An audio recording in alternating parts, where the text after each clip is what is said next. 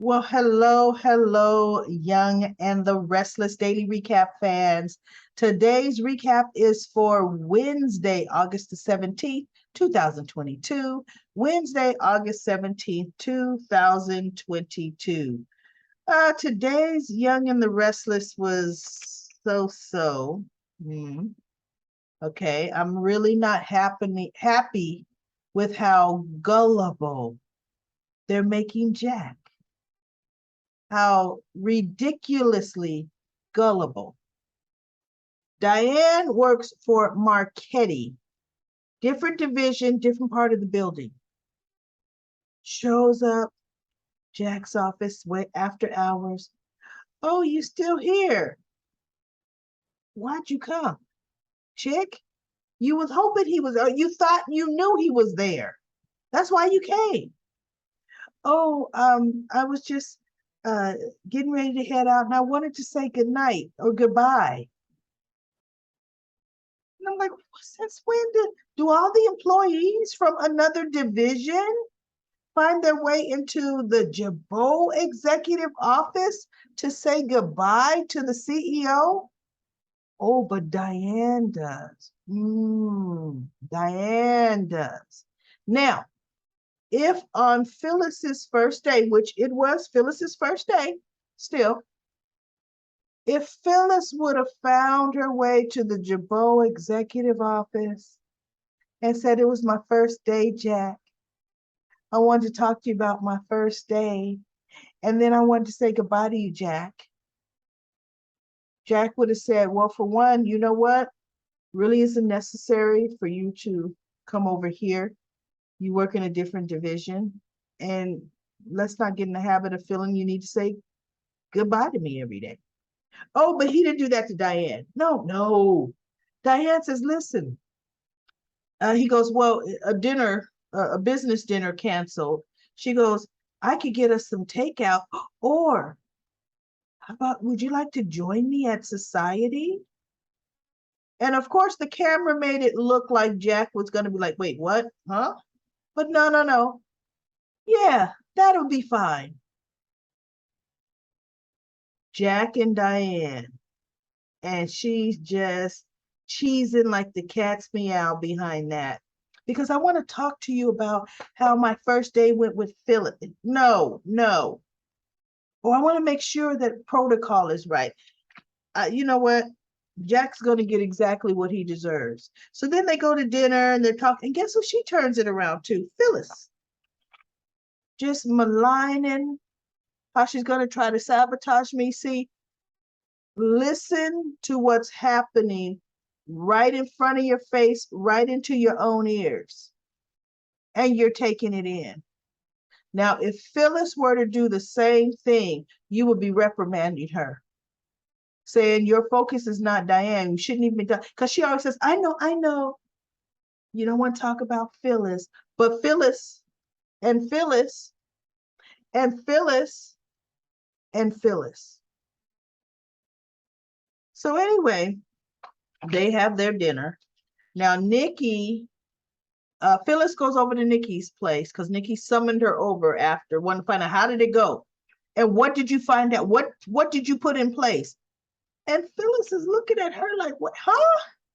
This is the first day. And I'm thinking, Nikki, it's her first day. And Phyllis is like, look, I don't have all day to sip on tea like you. You know, I'm actually putting in the work. And Phyllis is like, Nikki's like, well, I'm meeting a reporter from Los Angeles.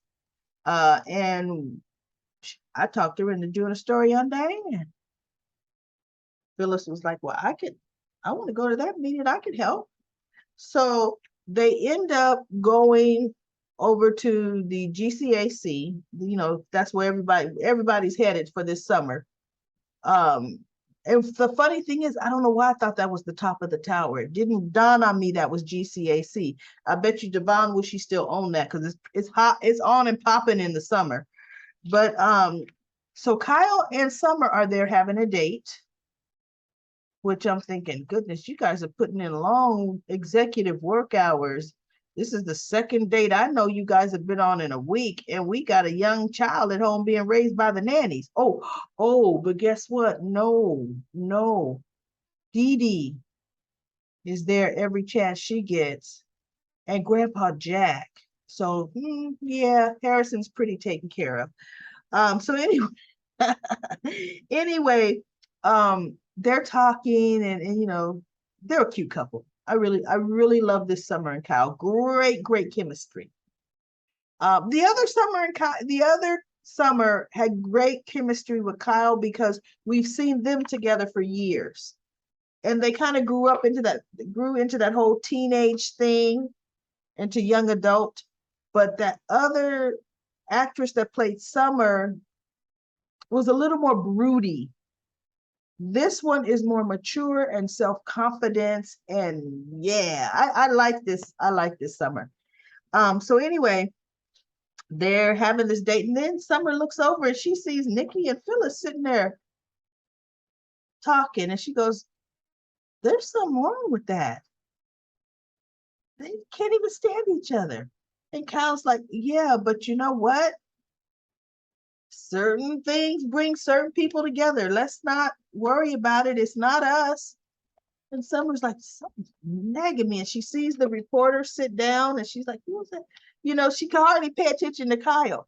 So when the reporter leaves, Summer couldn't, she goes, I have to know, I gotta know. He goes, "Go on over there." She goes, "I gotta find out." So she goes over there, and Phyllis is like, "Oh, Summer, where were you? I didn't know you were here." She goes, "Yeah, I've been here before you all got here. I saw you. What's going on?" And Nikki's looking at Phyllis, Phyllis looking at Nikki. And finally, Nikki says, "Well, oh, look at here. I got a text from your grandpa. I got to go meet him for dinner." Oh, and to answer your question, that was a reporter. She wanted to talk, see if I could give her some information on the Ashlyn Locke death. So Phyllis is like, "Yeah." And so when Nikki leaves, Summer is looking at Phyllis, and she says, "I don't buy that one bit. I want to know what's going on, and you're going to tell me." And Phyllis is kind of looking at her, and I think they kind of left it there. So we'll pick up tomorrow, but Phyllis is fast on her feet anyway. So then we go to Elena talks to Devon, and she just kind of has her concerns. She says, there's just a little distance. She feels she and Nate is growing apart, and Devon is like, "I can understand that because he's feeling him and Nate's growing apart too, And so Elena didn't say, "I feel Amani is really fueling and feeding this," but which is good. She has no proof yet. So why say it if you have no proof? So they kind of, talked a bit, and then she leaves, and Lily talks to Nate. She asked Nate to meet her at Crimson Lights, because remember yesterday we left off with Devon talking about Nate undermining him, and Nate. So Nate sits down, and she goes, "I want to talk to you." He goes, "Well, look, am I talking to you as my cousin, or am I talking to you as, my boss, the CEO of Chancellor Winters?" And so Lily says, "Look, just talk to me candid." She's almost like, "Look, whoever you need to talk to me as, I don't care. Just say the truth, So he just lays into Devon right off, pretty much Devon is threatened by me. Devon, this. And first they had her kind of looking at Nate as if, I think you might have a problem too.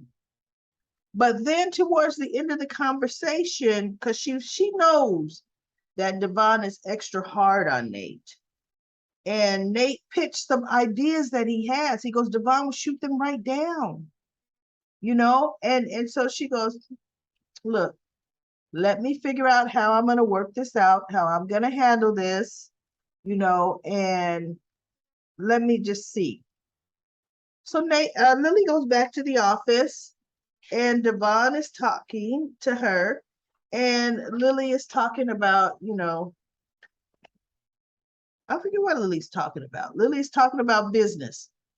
And Lily is saying, you know what I was thinking?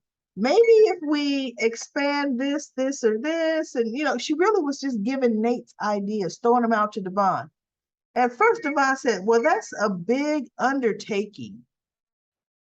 He said, but you know what? If we could actually pull it off, that would be a actual coup. We could give it some thought.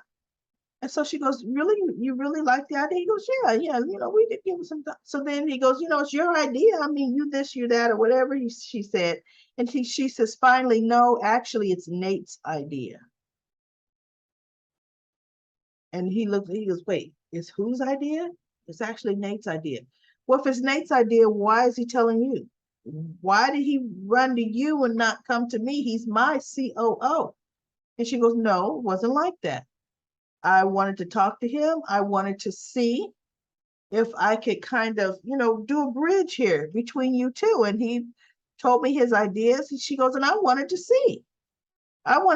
Would you be more receptive with the ideas coming from someone else? And Devon is like, so in other words, you tricked me. She goes, well, no, look, I'm sorry. If he goes, yeah, you tricked me. You could have come honestly at. He goes, so she apologized. She goes, but I wanted to see Devon. Is there a problem with you accepting things from Nate? And Devon got heated and walked out, and she's kind of like, Devon, Devon. Because now she's starting to see, oh no, there is trouble in family working all for the same business paradise, which is the way it always is. There's trouble. And now she's trying to figure out, okay, what do we do? Bottom line, with this kind of trouble, Nate and Devon already had a troubled dynamic with the Elena situation. Nate should not be reporting to Devon. Nate should be working in one of Lily's divisions. Honestly.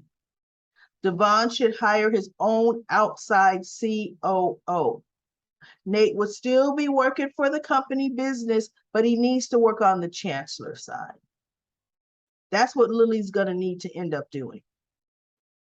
And this way she can better oversee Nate, because one thing Lily is going to find out, Nate is overstepping. He's brand new to this, and he's making decisions that are not well thought out because of Amani being in his ear. So we'll see how Lily handles it. She's like, oh my goodness, what am I gonna do? But we'll see what she ends up doing. And to me, that's pretty much it. For the Young and the Restless, there was not a lot today. Not a lot not a lot of scenes to talk about. So you know what? Why don't we do this? Why don't we run on over to Comment Corner? Let's see what comments do I have in Comment Corner. We have, let's see. No, that's an old one. That was let me see if I can get YouTube to show me some new comments here. Let's see, because I already talked about that. Young and the Restless. Okay, Libby says, you're so funny when you called out Diane and now Chelsea. When I was poking fun at how Diane's looking at Jack and Chelsea's looking at Billy. She goes, Chelsea was cute. And it would have been funny in another context. And she says, Adam is floundering because of Ashlyn's death, kneecapped his plans. I don't know. Ashlyn and Billy teaming up was a wild card anyway, because Billy is a Newman. Not Billy, Adam's a Newman. So I don't know if Ashlyn was ever going to team up with Adam. But she said, yes, Adam's behavior is weird. And at this point, she says it makes no sense why he's not just telling Sally the truth about when he broke up with her. She's got that CEO position anyway, and she feels that Sally is evolving into a substantial character now. you know, well, they're trying to make her more enticable to Nick. So we shall see. Oh yes, it was Libby.